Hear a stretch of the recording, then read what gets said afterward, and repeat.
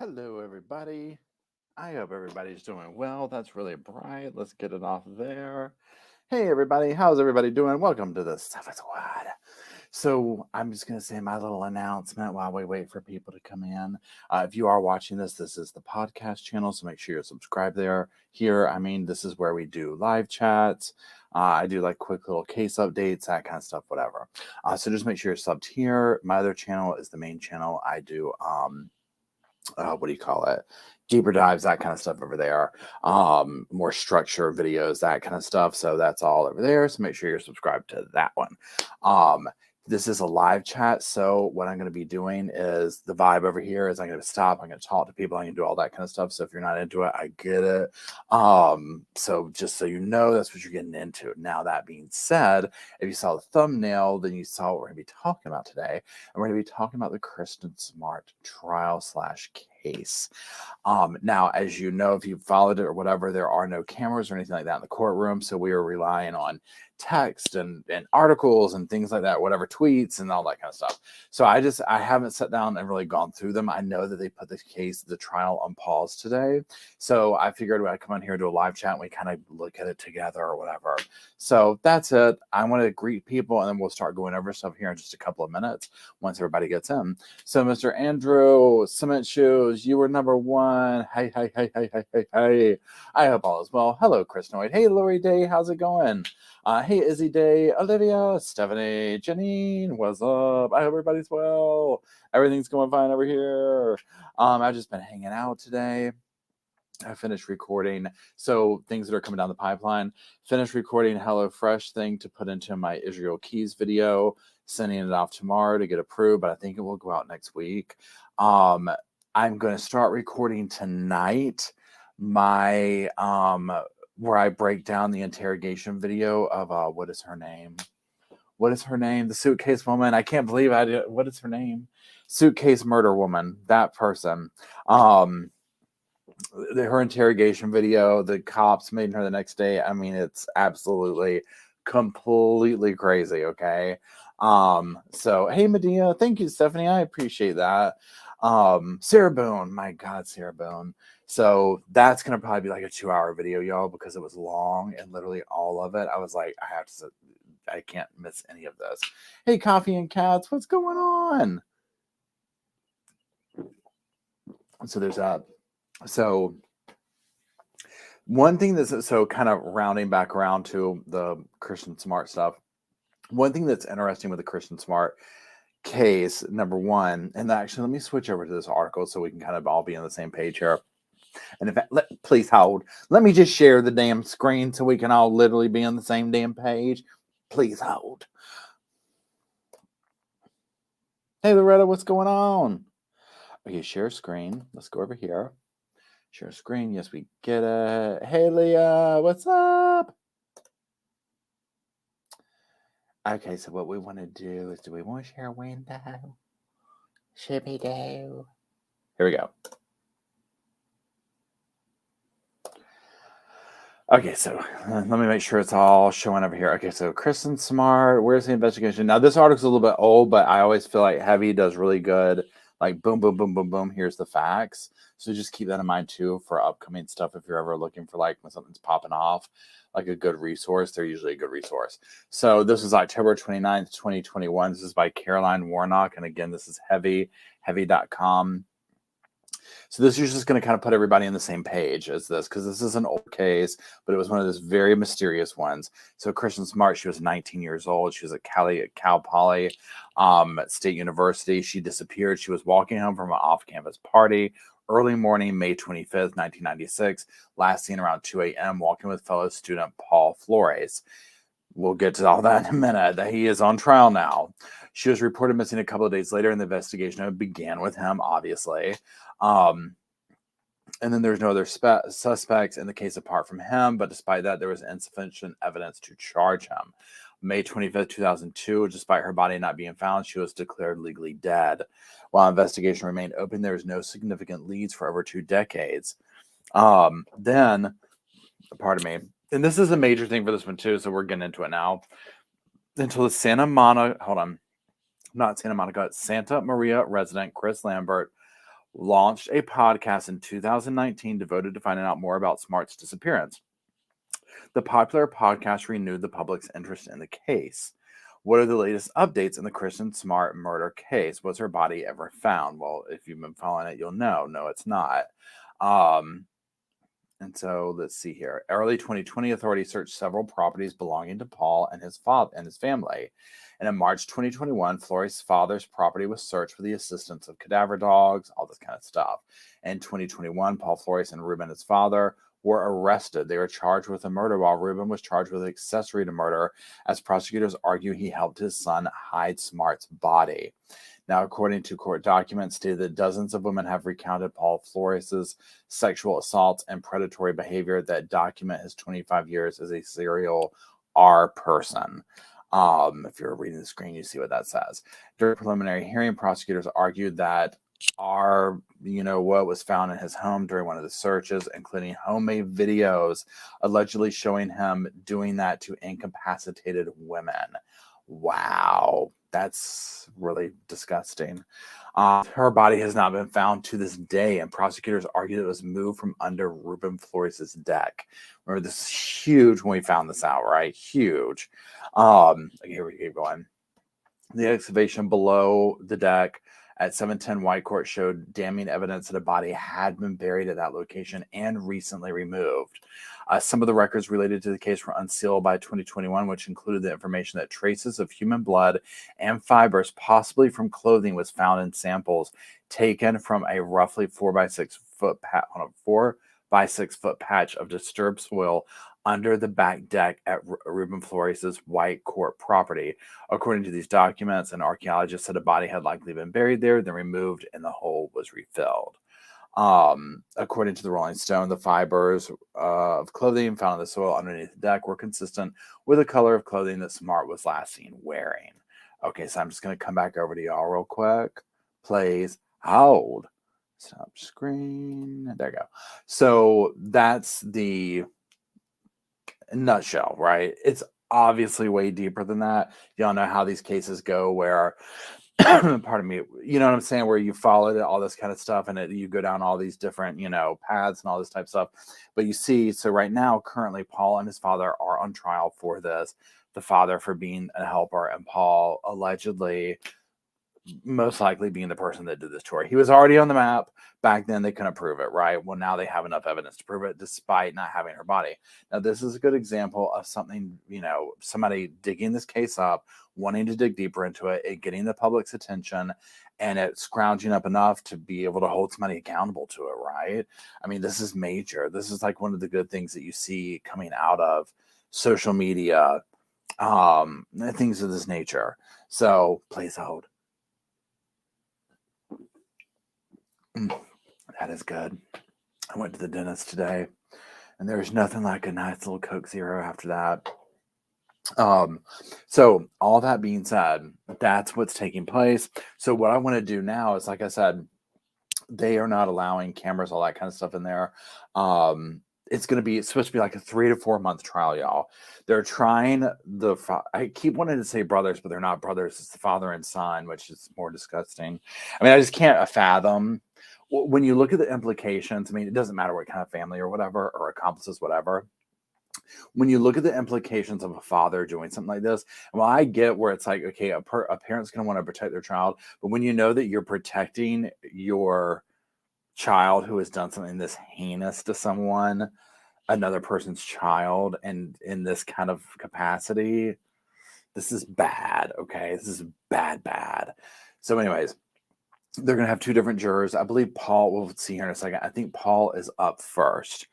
And so his stuff is going through first, but we'll just confirm that here in a second.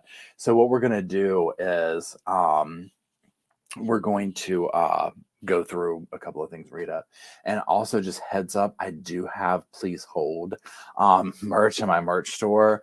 And I'm going to be making new merch with a different Please Hold design. So just be on the lookout for it. Okay. Because I say that all the time. I just love that. So I've got a sweatshirt that says it. So anyways, I'm going to go over to this article real quick. So this is came out, I think, today. So let's start with something most recent. And today, yeah. So let me share the screen on this so we can all number one, see who wrote this, give them credit for it, and then review the article. Please hold. Please hold. Yeah, and Gillian, Gil, I hope I said your name correctly. That is who. Wait, hold on, it went away. There you are. Says, well, you know what? Hold on, please hold. Look, there we go. I forgot about this little feature. That's just handy. Hi, I started listening to your own backyard podcast about Kristin Smart today. I'm on episode 4. The podcaster did amazing work. I believe that's the name of the podcast that they were talking about in the article. Excuse me. And yeah, I have not, so I said full transparency, I have not listened to it yet, but all that I've heard of people saying, like, you know, hey, this podcast, apparently it is a major. Okay. So there you go. That's the name of it. Look it up. I'm sure it is a complete, like, you'll go down, because like I said, you're getting the nuts and bolts of the case from me reduced down to a quick article about this is what happened. There's so much more. I mean, you already know, first of all, the anguish that this family has gone through with their daughter being missing. And obviously the police, it did not look good, right? She disappears on her way home from a party with this dude, right? And they just can't pin it to him. He's the only suspect. I mean, this is what's frustrating for law enforcement, right? And so there's so much more to the story. The fact that it has made it to where it is at in court is a miracle, okay? Because of so many victims, this doesn't happen for them, right? It's like their voices go stolen and unheard. So it gives me goosebumps. I'm just so thankful for her family, her loved ones, not to mention his other victims, okay? Because this is not a nice person, y'all. And that's whether he's convicted of what he allegedly did to her or not. This is not a nice person. When this all came out, y'all, so many people were coming forward with horrifying stories about this man. Excuse me. So anyway, let me take a sip of this. Then we'll go read the article from today.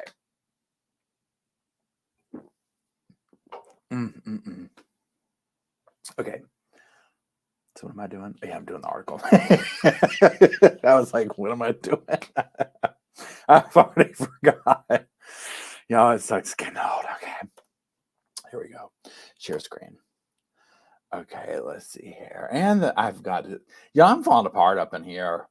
I'm falling apart. I can't read. I can't remember.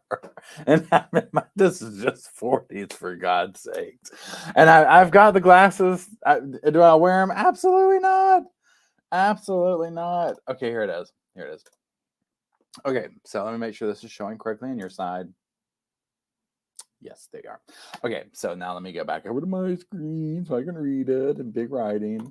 Okay, so this is first of all, it's on ksby.com. This article is written by Catherine Herndon. I probably said her name wrong in my little case update video I just did. I hate that. Anyways, it was posted this morning at 9:03 a.m., July 19th, 2022. Last updated at 2:37 p.m. It's titled Kristin Smart Murder Trial Unexpectedly Continued to Thursday. So today is Tuesday. So one day into the murder trial for Paul and Ruben Flores, the wrap-up of opening statements and start of testimony has been delayed. Court officials only cited the case was unexpectedly continued to Thursday based on a health issue, but could not elaborate. Opening statements began Monday for Paul's case. So yes, the son is going first, right? Pardon me. 12 jurors and 8 alternates make up the 45-year-old jury's. Wait, hold on. 12 jurors and 8 alternates make up the 45-year-old's jury and were seated inside the courtroom during those remarks while the jury for his father, Ruben, was absent.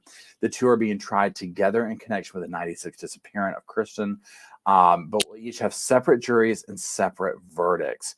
Ruben's attorney was expected to be to present his opening statement Tuesday ahead of the start of testimony in the case.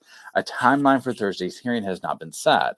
And then it goes into, he was a longtime witness, so on and so forth. He's charged with that, faces 25 years to life. His father is charged in an accessory. He faces up to 3 years in jail, so on and so forth. So let me come over to y'all again. Let me press stop sharing, stop screen. There we go. Here we are. Okay, so here we are. Let's see. I'm just reading what y'all are putting in here. Yes, this rabbit hole because this case. Yep. So, I'm just going back to your comment, Gillian, about it caused the case to move forward. Absolutely. And let's see, Loretta's just too hot. It is 100% too hot up here. I don't know where everybody else is, but oh my gosh. Chrissy, I like when I laugh at myself too. Kristen, can you smoke too much? I don't know. It might be possible. I don't know what kind of smoke you're talking about. Oh wait, hold on. There he goes. Okay, so that's the thing. So it's been put on pause. I don't know if it's a COVID thing. I don't know if anybody's found out about anything else, whatever. But that's that. So now what I want to do is go read some tweets about it. So let me just get back over to here and see where we're at. Pardon me. First things first, let me come over here and share the screen. Please hold.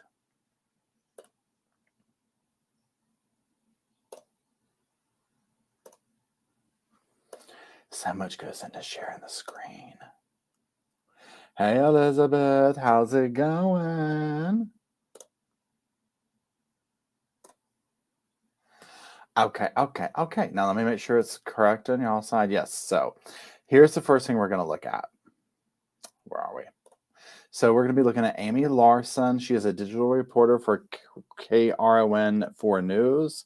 She's a surfer and Santa Cruz native.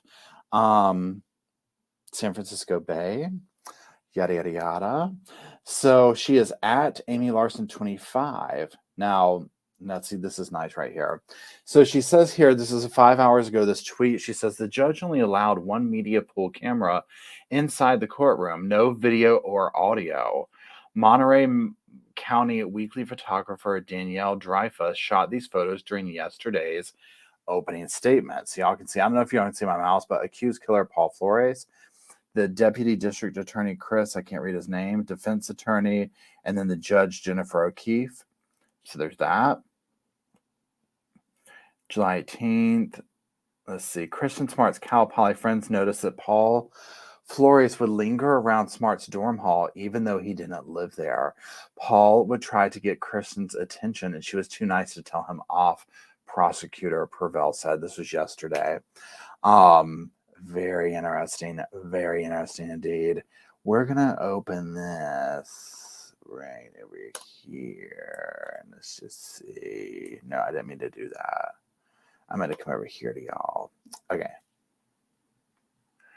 Then I kind of messed up. Let me come back over to y'all. Okay, there we are. So I open that up. We'll come back to it, because that might be an article that goes deeper into things. So anyways. Okay, so opening statements of Kristin Smart trial from prosecutors. 1,359 Sundays have passed since May 26 of 1996. Stan and Denise sent their oldest daughter, Kristin, to college at Cal Poly during her freshman year. They look forward to every Sunday a cheerful phone call from her. Let's see. Let's show this thread. But on May 26, 1996, while the Smart family waited for that call, Paul Flores was calling his dad, Ruben Flores, for help to hide the body, in parentheses. This is a 25-year investigation. It's a case about perseverance that led detectives ultimately in 2021 to a burial site underneath the deck of Ruben Flores' house. Now I got something to say about that here in a second. The evidence will show that Kristin was murdered by Paul Flores and that Paul and Ruben buried her under Ruben Flores' deck.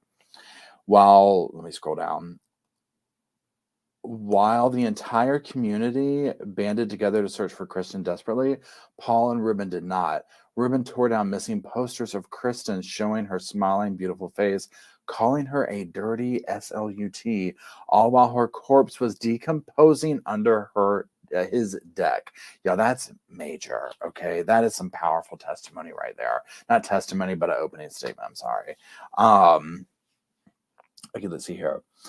I ended up running across the street during a very brief break in about a dozen times. Oh, she's talking about getting lunch. Never mind. I was like, what are we talking? We've gone from that to I went to get tacos. I don't think that's part of the thing there. Okay, let's go back over here. Okay.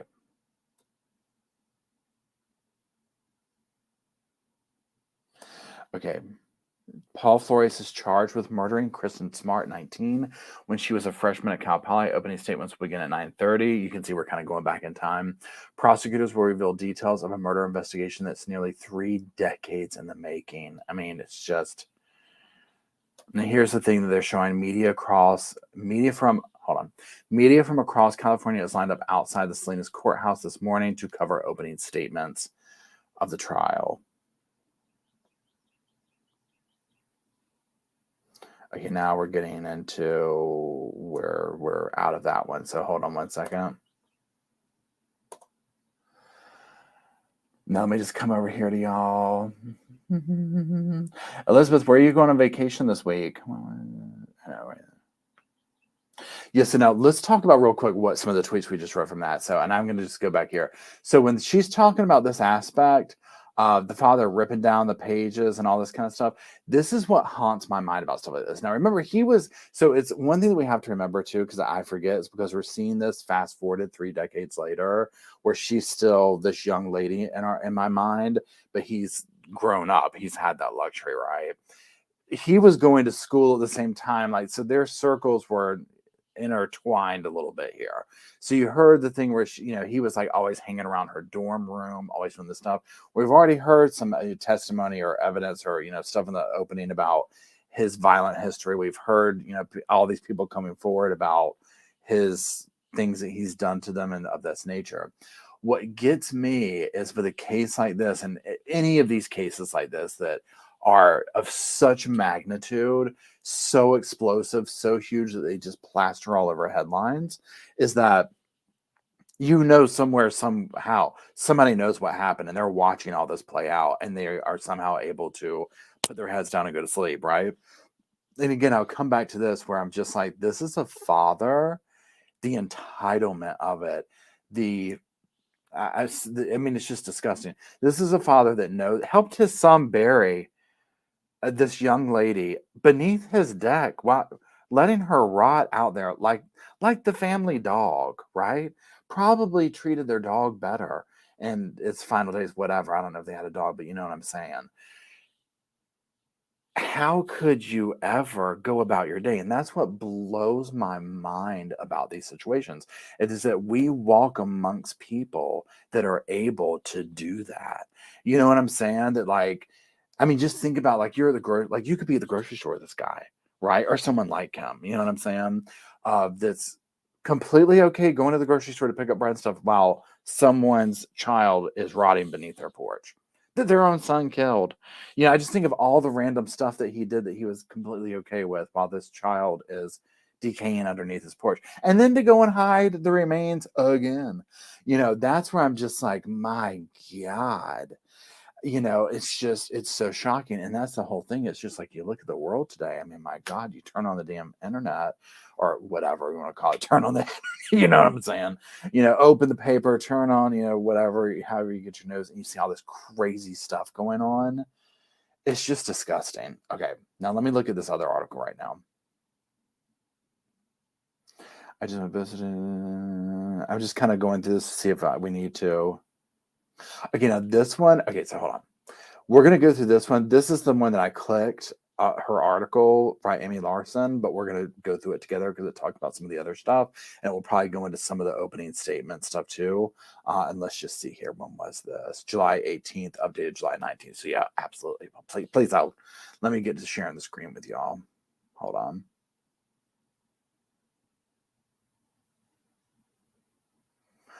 Okay, where'd y'all go? Share. There you are. Okay. Now I gotta remember, what are we doing? Your Kristin Smart was too nice. There it is. It's unfortunate. She probably was. Okay, let me make sure y'all can see what I see. Please hold. Yes, okay. So this is KRON4.com. This is by Amy Larson. It was posted July 18th, 2022, updated today, July 19th. Kristin Smart was too nice to her killer, prosecutors say in opening statements. The mystery of what investigators believe happened to the cows. I'm going to kind of briefly just go through this and scrunch it, summarize. Kristin Smart, when she vanished, was described in detail by the prosecutors on Monday. Paul Flores, took the life of 19-year-old Smart while he attempted to R her in his dorm room on May 25th, 1996. She was last seen walking from an off-campus party back to her dorm with the help of 3 other students. 2 of the students broke away from the group, leaving Smart with Flores. I know that rests on their shoulder. Well, here it goes. Both students said to this day they regret their decision to leave the college freshman behind before she made it all the way to her dorm room. Smart was incapacitated, unable to walk or stand on her own because of something she drank at the party. I mean, my God. Okay, I'll save my comments. I'm trying to get better about saving my comments to the end of this stuff. If y'all haven't noticed in the stuff I'm recording recently, because y'all know me, I'll go off on a damn tangent. So we'll get to it in a second. So Flores has a history of slipping drugs into women's drinks at parties and bars before, he does what he does to them, according to the prosecution. Purviel told the jury about 3 women who were drugged at bars, taken back to his home, and then he did his thing to them within the past decade. So he's still, and here's the thing. Okay, hold on. Paul, just wait. I mean, my God, it's just killing me. He was not arrested for Smart's murder until 2021, and he allegedly continued preying on women up until he was finally taken into custody. Okay, I just can't help it. I have to say a few things. Was still preying on women until he was taken into custody. Elizabeth Smart didn't slow him down, but now the normal person, which we already know, we're not dealing with somebody normal, right? We 100% know that we are not dealing with somebody normal. You would like to think that a normal human being who, say, did something like this, which again, I'm not saying that that's normal, that they would then say, oh my God, I've done something horrible and tragic. I think I got away with it. I am going to never do that again. I'm going to completely be a little angel the rest of my life. That just built his confidence up. I mean, that's what it does with people like him because they're sick, right?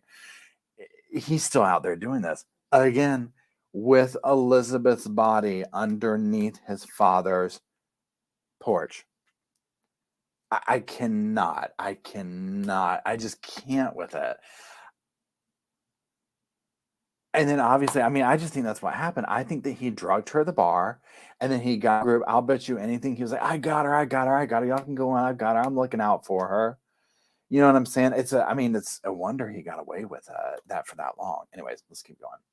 And let's just keep going. Now, we already read this thing right here that you're seeing, so I'm not going to but again, that's a close-up picture of him. Okay. So his father's charged with hiding her body in his backyard of his Arroyo Grande home to help cover the killing and protect his son. One of Kristin's closest college friends, Steve Fleming, noticed that Paul Flores would linger around the dorm hall, even though he didn't live there. He noticed Paul Flores would randomly walk through the halls of Moyer dorm. Paul would try to get Kristin's attention, and she was too nice to tell him off. She was too kind-hearted. 1996 was before the Me Too movement, he told the jury. Smart's friend, Margarita Campos, saw Paul Flores being unnaturally interested in Kristin.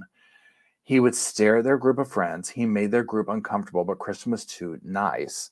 Smart's body has never been found. Investigators believe her body was moved out of a grave hidden in Ruben Flores' home's backyard to an unknown location just before deputies served a search warrant on the house in 2020. So they knew the heat was closing in. Okay. Paul Flores and Ruben Flores have pleaded not guilty. The trials were separated. They're happening simultaneously, yada, yada. Okay. Oh, here it is. Okay, yeah, we're going to read through. This is what we were really looking for. We're going to read through. This looks like it's the whole thing, right? The whole opening statement. Here is the attorney. So I'm just going to read through this. So let me just check in on y'all real quick before I go in and have a sip of water, and then we'll go through it. Okay, so just let me kind of read here. And Loretta says, I just want to go through a couple of comments. Loretta says, I live in a college town. Guys do this all the time. They don't just kill their victims. Campuses are predators' playground. So yes, one thing, and I 100% agree, Loretta. So where I live, we have Duke University, UNC, NC State, and those are the top 3 universities. And then tons of other universities around here. So you already know Duke University, all that scandal. But the behavior that they were talking about, he was stalking her. He was hunting her is probably a better word of it. And hey, Emily, thanks for joining. I appreciate it. Everyone give Emily a hello, Emily. our wonderful mod. We love you. We love you so much. I hope you're doing well, Emily. I always feel guilty texting you, but then I don't want you to feel like I don't want to text you. So I'll text Emily and be like, hey, I'm going to go live, but if you're busy, don't worry about it or whatever. But then, of course, we always love seeing Emily. So, but I don't want to bother you if you're doing something important either. Anyways, thank you for being here, Emily. Okay, so I'm going to take a sip of this and we're going to switch over. We're going to read through the opening statements. Please hold. Okay. Okay, prosecution. Opening statement by Deputy District Attorney Christopher Puvrell. I don't know if I'm saying that name wrong, so I'm sorry if I did. Okay, so here we go. 1,359 Sundays have passed since May 26 of 1996. Stan and Denise sent their oldest daughter, Kristin, to college at Cal Poly. During her freshman year, they looked forward to every Sunday, a cheerful phone call from her. But on May 26, 1996, while the Smart family waited for that phone call, Paul Flores was calling his dad, Ruben Flores, for help. He told the jury. This is a 25-year investigation. It is a case about perseverance that led detectives ultimately in 2021 to a burial site underneath the deck of Ruben Flores' house. The evidence will show that Kristin was murdered by Paul Flores and that Paul and Ruben buried her under Ruben Flores' deck. While the entire community banded together to search for Kristin desperately, Paul and Ruben did not. Ruben tore down missing poster signs. Pardon me. Pardon me. Paul, hold on. I keep wanting to say Paul. Ruben tore down missing posters of Kristin showing her beautiful smiling face, called her a dirty SLUT, all while her corpse was decomposing under his deck. He was, well, I'm going to wait.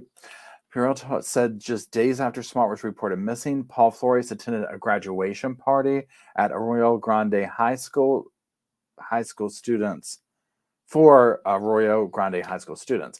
A mother was recording video of the party when she panned the camera over to Paul Flores and asked him, hey, Paul, what do you know about that missing girl? What did you do to her? Paul Flores replied nothing and turned away from the camera. Prosecutors played the eerie video for the jury. Oh, my God. Can you imagine? Smart had a close relationship with her father, Stan. Stan spent hundreds of hours searching virtually every corner of San Luis Obispo looking for his daughter. He went to 710 White Court in the city of Arroyo Grande, where Ruben lives to this day. That summer of 1996, Stan went to that house desperately looking for his daughter. And what did Ruben tell him? You better get out of here. Somebody might get shot, Puvrell told the jury. Oh, my God, y'all. What horrible people. Okay, here we go. Kristin Smart made her last phone call to her parents on Friday, May 24th, 1996. Smart sounds ecstatic in the voicemail message, saying she has good news that she will tell her parents about during she has good news that she will tell her parents about during their usual Sunday phone call. Stan and Denise will never know what that good news was, Puvrell said. Investigators were able to confirm that Smart never made it back to her dorm after the party because her roommate's friends crashed in Smart's room that night until the following morning. The roommate's friends never saw Smart return, and all of her belongings remain untouched on her side of the room. We know Kristin never made it home that night. Her makeup bag, hairbrush, credit cards, all of the stuff she would take if she was going away for a weekend were all there, untouched. All Kristin had were literally the clothes on her back, Puvrell told the jury. Smart's roommate and friends called the police. Okay, now defense. Opening statements by defense attorney Robert Sanger. Oh my God. I didn't know we were going to get into all this, y'all. Okay, hold on one second because I got to take a little breather here. And then we're going to keep going. Excuse me. I can't believe they played it. That's powerful right there, playing that the video like they did. And Leah says, hold on, because I feel the same way, girl. Leah says, her poor parents, that would eat at me forever. I know. Me too. I mean, it gives me goosebumps right here reading it. I can't. I just can't. And then this one right here, Rojo says, that poor father had to feel so helpless and desperate. I can't imagine. The poor man went to to Ruben's doorstep father to father, man to man, and he was told to get out of there because somebody might get shot with a damn gun. With his daughter underneath the house. That's a damn monster right there. That's a damn monster. It's just, so, I mean, that's what, and I don't mean to like sit here and reduce these things down to the psychological aspect, but when I say that like psychologically speaking, that's one thing that fascinates me with true crime, both the good, the bad, and the ugly, is because I sit here and like, how could someone do that? Like the monster part of it. Then I also look at like, wow, what would that take as her parents, her loved ones, her friends to have to overcome that to go on with life? Like, you know what I mean? Like, I'm like, that's, wow. You know what I'm saying? It just amazes me. So it's like both sides. Like I'm amazed by the evil, and I'm amazed by the human spirit and perseverance to be able to get out of bed and go the next day. I mean, it gives me goosebumps because I'm trying to think, I'm like, how would you ever go to sleep again? I mean, that's my thing. I'm like, how could you ever? And I'm sure you figure out a way, but that's what fascinates me because I don't know. How could they ever sleep again? And maybe they haven't. You know what I'm saying? The parents, like, what would you do? Anyways, so I'm going off on my tangent. Let's read what could the defense possibly say. And I think I saw somebody up here, I don't know where it went, but it said I don't want to see the word mental health mentioned for the defense or whatever. Amen to whoever said that a second ago. Amen. I'm like, we don't even want to hear that. We don't even want to hear it. Okay, let me get back over to my screen real quick. Okay, so defense opening statements by defense attorney Robert Sanger. Pardon me. This obviously is a tragic situation in one sense or another. It is believed she is deceased, but there is no evidence of what happened to her after Paul Flores left her. This is about the facts. Facts will show law enforcement was unaware. Oh, no, I'm sorry. That's wrong. Facts will show law enforcement was aware that they did not have a case.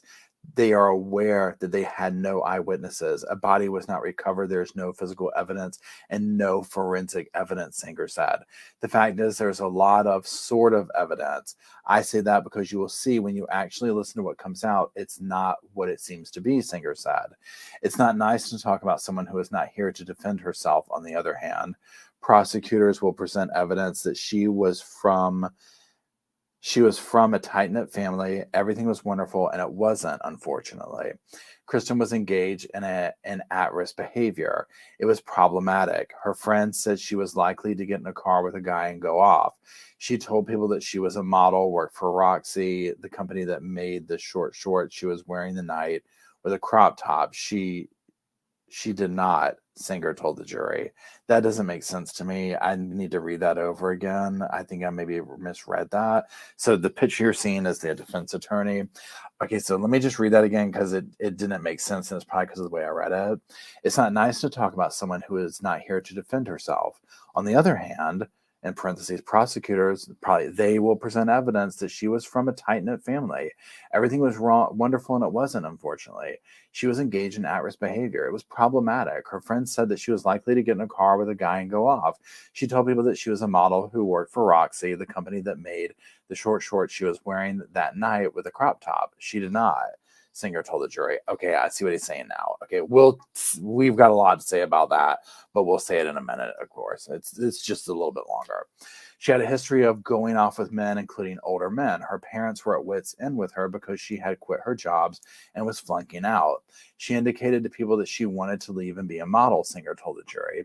After Smart never returned from the party, her friends alerted Cal Poly campus police. News of the missing college student spread. There was a concerted media campaign in St. Louis Obispo. There's a poster posted all over the place that said "Wanted Paul Flores," and it listed his father's address for the past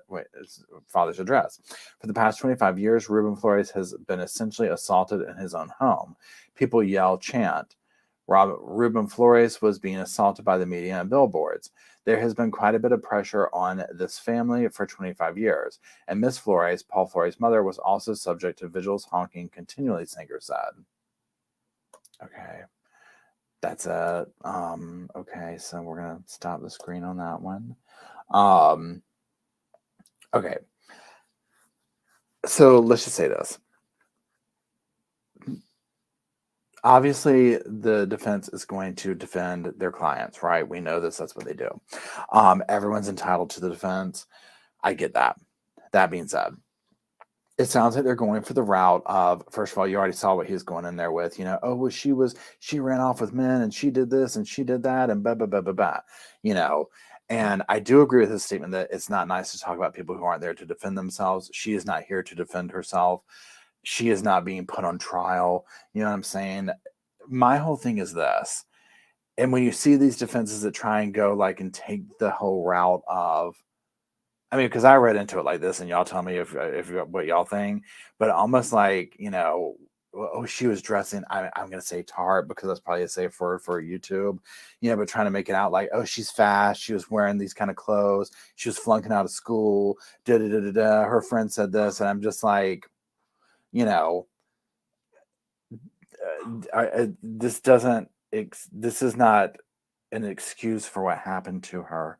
You know what I'm saying? Like it's almost like that. Like, well, I mean, here we go. Okay, so I don't care. Who cares what she was wearing? You know what I mean? Like, that's my whole thing with it. I'm just like, that's where it sits wrong. I guess it comes down to this: when the defense and them try and victim blame and victim bash, it never works well for a jury, right? Thank you, Charlie Patton. I really appreciate it. But Charlie says, let me get over here. Thank you very much. I appreciate that. And thanks for all the research you do in these cases. Oh, thank you. The Sofa Squad is the best. I appreciate all y'all being here. Thank you very much for that. I appreciate it. Roscoe appreciates it. It will be going to him and his little treat fund. So thank you very much. I enjoy doing it. I enjoy hanging out with y'all. The victim blaming, all that kind of stuff. So on one hand, I'm like, okay, I get they have to defend somebody, but on the other hand, I'm like, really, this is not the route to go, right? Okay, so she wore short shorts and she lied a little bit. Who doesn't want to drop out of college and be a model or something? You know what I'm saying? If that's even the truth or whatever. So that kind of a thing right there, I'm just like, you know what? That's it. It never goes well. It never feels right to me. It doesn't. It's no. Then trying to gain sympathy and sorrow for the family of the Flores of, well, they've had to, they've had her picture up here and this and that and the other. There's a reason why. Let's put it this way. If all this evidence was pointing away from Paul and there was not all this evidence of all these assaults that he's done over the years and all this kind of stuff, there might be a little bit of like, well, where are they coming up with this from? All the evidence was pointing towards him. He has continually violated and assaulted people for this whole time, right? I mean, you read the thing right before he got, arrested and charged with all this. So the fact that that is taking place, of course people are pissed off. Of course people are going to be chanting because it's like they got away with murder. You know what I'm saying? And that's where I'm just like, hello. It just doesn't sit well with it. I am all for people getting tried in court and having their day in court, right? But something about this case, I'm like, no, this has not set well with me at all. And it just kind of pisses me off when I listen to the defense opening statements and stuff like that, where they're kind of like bashing the victim in there and talking about how they dress and this, that, and the other. And, oh, well, the friend said she'd get in a car with a guy and go do this. Really? It's just, that's not going to work well for them at all. So let's talk about this real quick. The evidence that I am wanting to see is, I want to see and I don't know what you call this again, the kind of evidence, what is it, like technical or whatever. Let's look at the evidence of the stuff found underneath that porch. I want to see the evidence of the clothing shards found beneath there, of the human, whatever, the blood or whatever it is they found under there. I want to see that. I want to see, can we there is no, pardon me, there is absolutely no reason, 100% no reason that anything belonging to Kristin Smart should be found beneath the deck of Ruben Flores' home, period. End of damn story. Case damn closed. If they can tie so much as one strand of hair from beneath that porch, the fact that they are now up here bitching that people are honking their horns at their home is even more disgusting. You see what I'm saying? Like, that's just where I'm at. That I want to see that kind of evidence. Now, I'm not trying to say I don't believe it because I've already seen enough. Now, again, this is not, you already know I'm not a lawyer. This ain't no professional damn law channel up in here.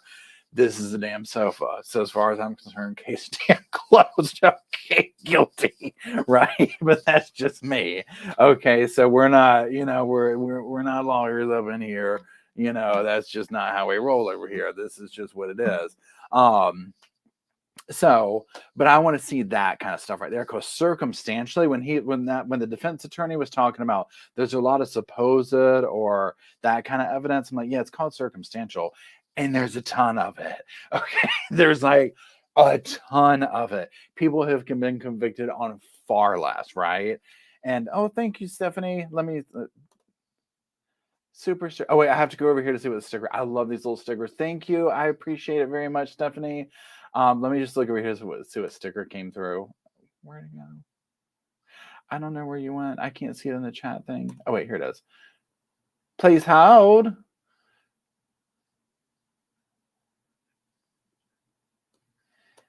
Oh, that's so cute. Incredible. Thank you, Stephanie. I appreciate that. Thank you, Roscoe. Thanks you as well. I really appreciate it. But that's the kind of evidence I'm very excited to see and hear come down the pipeline. Because again, like I said, circumstantially, it's just it's case closed for me. And then on top of it, when you add all these other things, he has all these other victims. I mean, here's the thing. If this guy had gone, and I'm not trying to sit here and say because somebody lives a good life that doesn't mean they can't be guilty of something, right? But on the same note, I'm just like, this guy's entire trajectory has been so scandalous. It's just awful. Now let me just kind of catch up with the chat real quick, because I've seen a couple of comments I want to say something about. Has anyone heard the neighbor claim she heard an alarm for a watch going off at 6 a.m. every day, and then it finally stopped? She heard it was Christian's watch she was wearing buried. That is absolutely horrible. I have not heard that, but that doesn't mean anything, because like I said, I've not 100% like gone down and listened to the podcast and that kind of stuff. But oh my God, can you imagine? It's haunting. Absolutely haunting. But I mean, that's the kind of stuff. So yeah. So I'll be interested to see what they have to say. And I think personally, where's my thing? I think personally, what's going to happen is that the prosecution's going to get up there and they're going to have witness after witness get up there, because obviously this predatory behavior was all the way back 30 years ago in college. He was hunting her. He wanted her, right? And he got her, right? And he got her, and it was like, and we see what happened. So hold on. Leah says, yeah, just Google Kristin smartwatch. Okay, so please hold. We're going to do some investigating over here.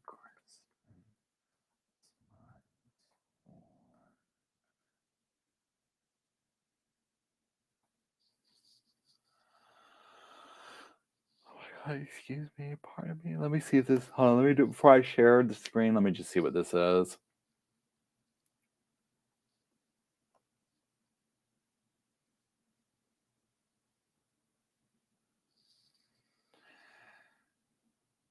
Okay, so hold on. I'm going to come back over here, and then we're going to share the screen, and we're going to look into this.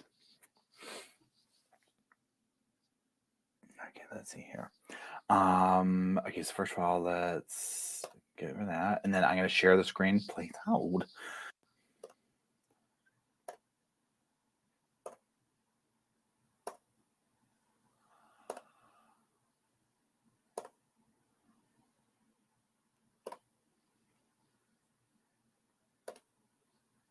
I mean, they can't put ads up quick enough. Okay, so let me make sure y'all can see this. Okay. Was the baby in the backyard coming from a Muslim woman's digital? Oh my God, that's just so haunting. So this is CBSNews.com by Lisa Freed. This is 2020. I mean, this is a huge article, y'all. So we're going to kind of, condense. Fall of 96, a young mother named Mary Laster was looking for a house to rent in Arroyo Grande, California. She spotted an ad for a rental that a woman named Susan Flores had put in the local paper. The charming blue house with a picket fence in each branch street seemed perfect. In 96, Mary and her family moved in. Oh my God, can you imagine? That is so creepy. Like, even like, okay, like, so time out. Before we even get to the damn watch, imagine fast forward to today where you're like, I rented a house across from the people, number one, next door or across from them with this going on. Monsters. Anyways, 4 months earlier, Kristen Smart, better known, to that, she had just, gone to the party. Um, that situation had happened. By the end of the evening, she was found passed out in the lawn next door and needed help to get back to the dorm. A student named Paul Flores, Susan's son, volunteered to take her back. He was the last person seen with her. More than 2 decades later, Lambert, a podcaster who was investigating Kristen's disappearance, tracked down and interviewed Mary Lassiter. His podcast, Your Own Backyard, Leah mentioned that. I think somebody mentioned it earlier. Leah, I think you did. His podcast, Your Own Backyard, has become a big hit, attracting millions of listeners eager to hear every detail surrounding this unsolved case. Okay, it's just going in there. So there's the plug for that. Like, Your Own Backyard, check that out. We all have to listen to this. Over the years, Susan Flores' backyard has been the focus of widespread speculation because of stories like the one Mary Lassiter told Chris. She told him that shortly after moving in, she was washing her car in the driveway and found an earring next to the left front tire. Oh my God. Okay, so sorry, that just completely threw me off. She was washing her car in the driveway and found an earring next to the left front tire. The earring was turned over to San Luis Obispo Sheriff's Office, but investigators will never know if it belonged to Kristin because it was misplaced. Really? Lassiter told Lambert the earring she found matched the necklace Kristin was wearing on one of the missing Cal Poly student billboards. Oh my God, y'all. But perhaps Mary Lassiter's most disturbing story was about being awakened very early in the morning by a beeping sound coming from the backyard. Yo, I can't take this. This is like nightmare stuff here, y'all, that actually happened to somebody. This poor girl. As she told Chris Lambert in the master bedroom, I'm hearing this beep beep every night at 4:20 or 4:20 in the morning. It sounded like a digital watch alarm, but Lassiter couldn't find a watch anywhere outside. The backyard was all concrete except for a couple of areas where planter boxes had been created by cutting out the concrete and filling them with soil. Chris Lambert told Jonathan Vigilaude it drove Mary crazy, and she went out there many times in the middle of the night trying to find it with sticks, sticking down into the planter boxes down in the soil. She told Lambert that after several months the beeping stopped. He believes that meant the batteries went dead and the object that was beeping hadn't been there very long. When Lambert told Kristin's mother, Denise, about those early morning beeping sounds in Susan Flores' backyard, he said her reaction was shock. We just kind of stared at each other for a good long time. I think it took a while to settle in that this could potentially be huge and very chilling. Denise told Lambert that her daughter had been working as a lifeguard at the university's rec center, and every morning Kristin's alarm went off to make sure she was at the pool by 5 a.m., y'all. Oh my God. Over the years, law enforcement and the Smarts lawyers have searched Susan Flores' backyard several times, but nothing has ever been found. Investigators could have excavated the yard, but their decision not to was a crushing blow for the Smart family. I mean, damn man. Kristin's parents have spent more than 2 decades hoping for any clue that would lead them to their beloved daughter. Even when law enforcement let them down, they refused to give up. Over the years, while Stan Smart hiked every trail around California's Central Coast in hopes of finding her remains, Denise relentlessly pushed law enforcement to do more. The Smart's younger daughter, Lindsay, described her parents to a vigilante. I think they're carrying boulders on their back. I think they're like carrying boulders on their backs. Okay. In 2011, the Smarts hoped those boulders would become a little higher when Ian Parkinson became the new sheriff of St. Louis Obispo County. He promised the Smarts that solving Kristin's case would be a priority. He hired a detective to work full-time on the case, and over the past 9 years, deputies have carried out searches, conducted new interviews, and gathered additional evidence. After all these years, Sheriff Parkinson says that Paul Flores continues to be their number one suspect. I mean, all through these years. Now, this is just older. It says he's never been charged. His parents have always denied knowing anything about the disappearance, and this is their son was not involved. I can't with that, y'all. I just can't. Let me stop this. I mean, my God. Holy McMoly. Leah, Leah, that was some good damn tea right there. And I don't mean to reduce it down to calling it tea, but you know what I'm saying. That is y'all have to listen to this podcast. Okay, that is just a taste of the information that's in it. So let me gather my thought. Okay, well, hold on. Now somebody's done dropped a little something up here. Let's see here. Excited. Oh, thank you, Gravy K. I appreciate it. I like the little picture of your puppy and your icon. Thank you very much. I appreciate that very, very much. Roscoe, thanks you. I thank you. And the damn Sofa Squad, thanks you. Oh, and perfection. Thank you very much. I appreciate it. I appreciate you always hanging and commenting. Thank you very much. It helps the Sofa Squad keep going. And Roscoe, thank you. And I thank you very much. Y'all are very sweet. Okay, I'm gonna go back over here real quick. I'm gonna scroll up or whatever. Okay. So the fact that she was hearing Kirsten's watch. So this is what I'm talking about when the defense is like saying, we don't have facts, we don't have this, we don't have that, or whatever. So here's the thing. You want to talk about circumstantial. And again, I don't know how this kind of evidence holds up in court and all that kind of stuff. Because here's the thing. If you're looking at it like, here's this person who rented a thing saying every day at 4:30 an alarm's going off and she can't figure out where it's coming from. But then over here, you're hearing, oh, well, Kristin was working as a lifeguard. She had to be at the thing by 5. You see what I'm saying? I mean, come on. And now that she knows what we know, that has to be even more haunting, right? And then the earring. I mean, are you kidding me? I'm just like, oh my God. Now, here's the thing. And so Mel says, I'm going to put this comment up. The overabundance or preponderance of substantial evidence is not coincidental. It's a pathway to the truth of what really happened. I mean, aimed him in. I mean, for real. I mean, it's just, and that's the thing. That's where this is opening up. And so that's where, again, I get that a defense attorney is going to have to sit here and try and defend their client. That's what they're going to do, right? But at the end of the day, I'm just like, yeah, this is going to be an uphill battle, dude. You know, can you imagine sitting there and all this is going on and you find an earring in the driveway? And then on this note, how sloppy? Who buries? I mean, now I'm talking like this is an everyday thing, right? And especially these days, I guess. So again, I'm trying to think this is 30 years ago. Why, if you're going to bury somebody, right? Think about now.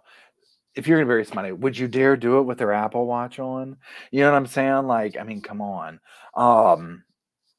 Back then, I mean, like, why would you do that? Like, I mean, I guess you're not thinking it's nighttime. It just shows how sloppy and also above the law. You know what I'm saying? Like, it's just above the law. And Emily says, where's the podcast, Paul? You know what? Let's hold on. Please hold. Please hold. Let's see if we can't find it there. Your own. I mean, comes right up, y'all. Okay, please hold.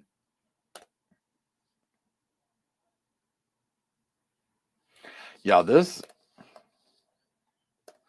here, Emily, I'm gonna put it. I don't know how this works, but I'm just doing this.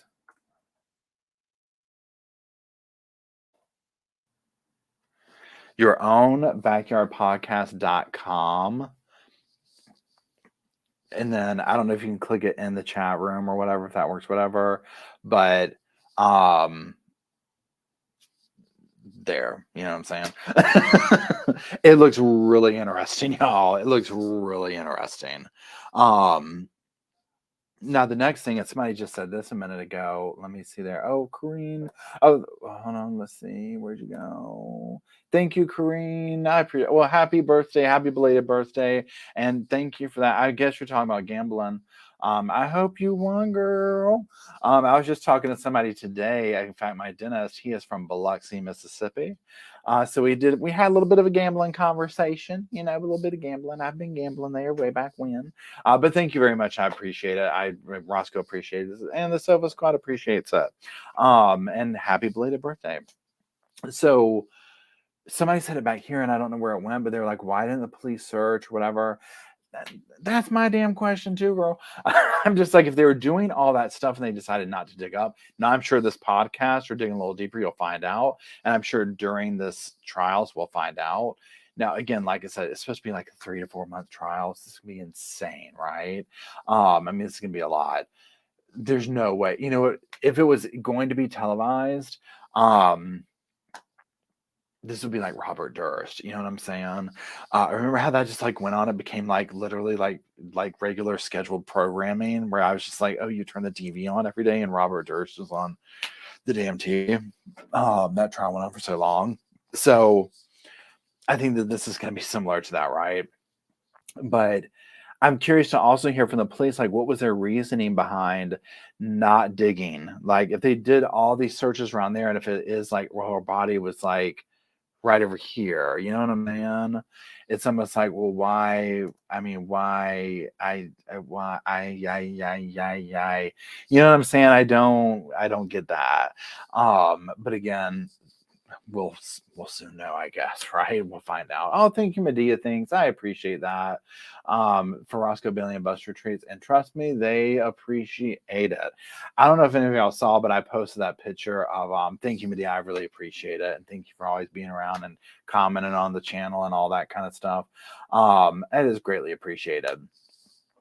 If you saw the post I did of shooting the HelloFresh commercial, and Buster was glued to it the whole time, y'all. And it was this time I did a veggie package on that one, just heads up, and it was so good. But Buster was like into it. I was like, Buster's gone damn vegetarian, y'all. But he was so adorable. So he will be very excited. Thank you. So there's that. So now let me go over and just look at another thing real quick to see if we're going to go over it. Please hold. Please continue to hold. And that was all that was there for that. So clearly we're liking, what's her name? Amy Larson on Twitter. We're going to follow her so we can keep up with her because she seems to really be keeping it going. And then I'm going to share, like Amy Larson. Okay, let me share her information here because hold on, I'm jumping all over the place. Oh yeah, it's Scott Peterson. We need to look that up too. Hold on. Where are y'all? Where'd you go? There you are. Here. So this is just a link to Amy. That's Amy Larson's like social media or whatever. Now there might be people who are in there tweeting, you might have your person or whatever, but I just like the way that she did this article and kind of put all of that into one thing at the end. Mind you, I didn't find it till the end and we kind of read it in tweets or whatever, but nonetheless, I appreciate how that was. Pardon me. So that's going to be somebody who I kind of follow for this. Trials that I've had to follow in the past before where it's just through like this, where you're not allowed in the courtroom, anything like that. And I go through tweets and articles and stuff like that. You can still get a sense of what's going on. Obviously, nothing compares to being able to be into the courtroom. You know what I'm saying?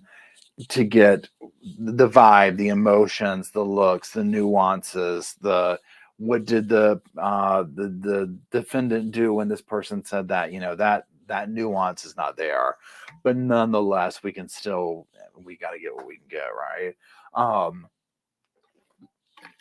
So there's that, but I feel like she did a good job. And again, it's not taking back off till Thursday, I believe now, so it's been put off or whatever. So there's that. And she said something on her thing. Let me go back to it real quick. Is this it? Yeah. She's a 16-year veteran, yada, yada, yada. Crime and court reporting, true crime documentaries. This is everything. Call Girl Killer, most recently covered Hillsborough heiress, Scott Peterson. So she's covered the Scott Peterson thing, the retrial battle, Elizabeth Holmes fraud trial. So she's all up in it with the true crime stuff. Like she's been covering a lot of true crime stuff. So this will be major. This will be major. So yeah, Emily says, one of these days I'm going to go hit a good trial somewhere live in person. Now I'm going to say this, Emily. This is a couple of things I've been thinking of. First of all, and now the name's going to slip me. Oh my God, I cannot think. What is the girl's name here in Chapel Hill who was murdered years ago? They most recently got the dude, and it was like this random thing. And she was the UNC student. I cannot think of the name of it. It's on the tip of my tongue. But that's like local, like here, Chapel Hill, Durham, like this area. Somebody that they absolutely were like, huh? Like, we don't even know. Like, maybe he was at the nightclub with her or something like that.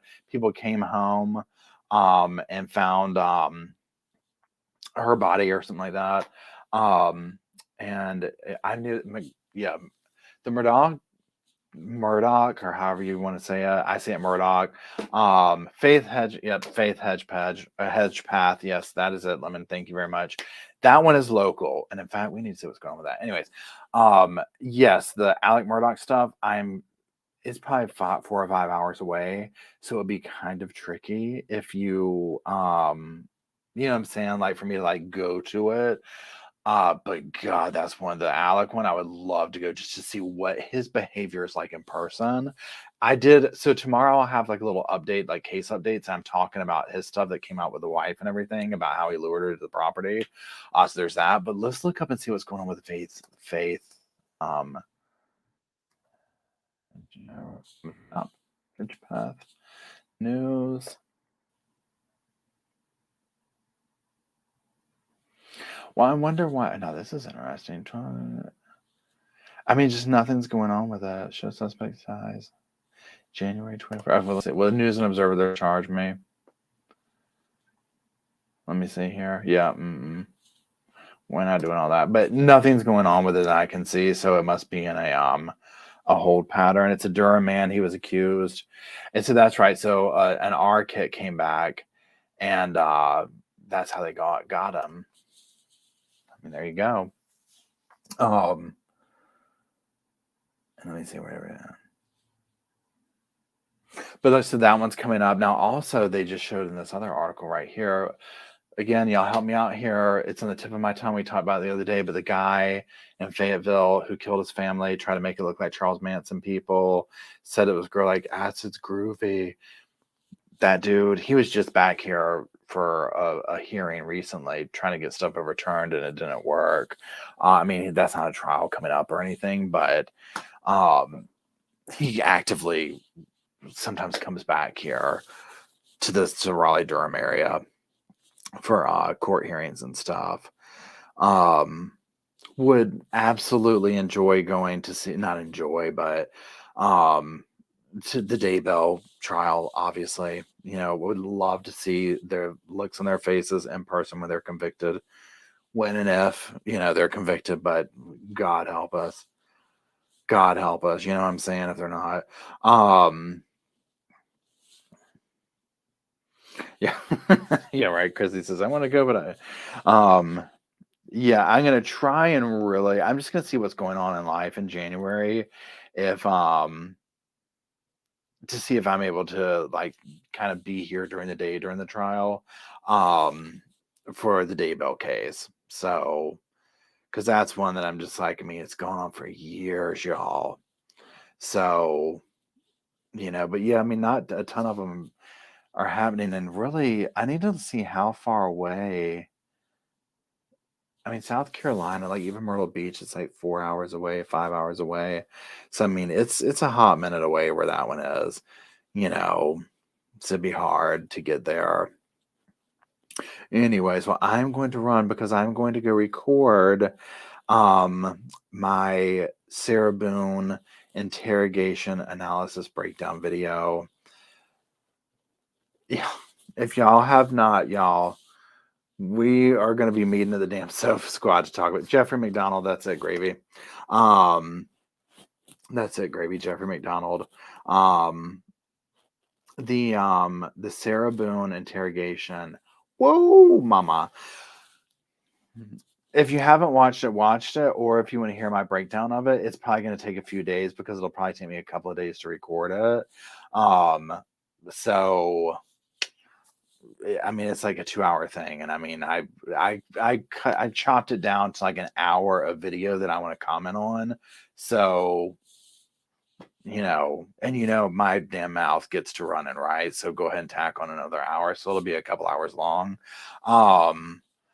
But woo, oh yeah, it's okay. So the next Diane Downs thing that I'm doing is going to be not her most recent what do you call that hearing? Parole hearing, but the one before that there's a video of. Okay, that I've already got it, and I was going to break it up, but every word that comes out of her mouth, I have something to say about it.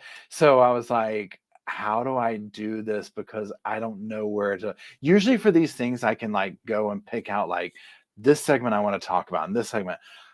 Her and that video, it's like 13 minutes long. I'm just like, I can't, like, it's so crazy, every last bit of it. But I've like, so there's that. So it might be another long one, is what I'm getting at, but that is coming up. I'll have that out sometime this month. So anyway, that's thank you all for being here. Thank you for hanging out. Thank you for reading through this. We'll try and follow this along the way and like let a couple of days worth of stuff build up so we can come back here and talk about it. Let it get back in session too. Thank you, Emily, for being here and holding the fort down. I really appreciate it. Thank you, everybody, for the super chats. I appreciate you keeping the doors open and the cushions fluffed. And that's it, everybody. Y'all take care until we meet back at this damn sofa or the damn computer and that damn sofa. I'll see y'all soon. I love you, Sofa Squad. Y'all have a wonderful evening. Sleep tight. Don't let that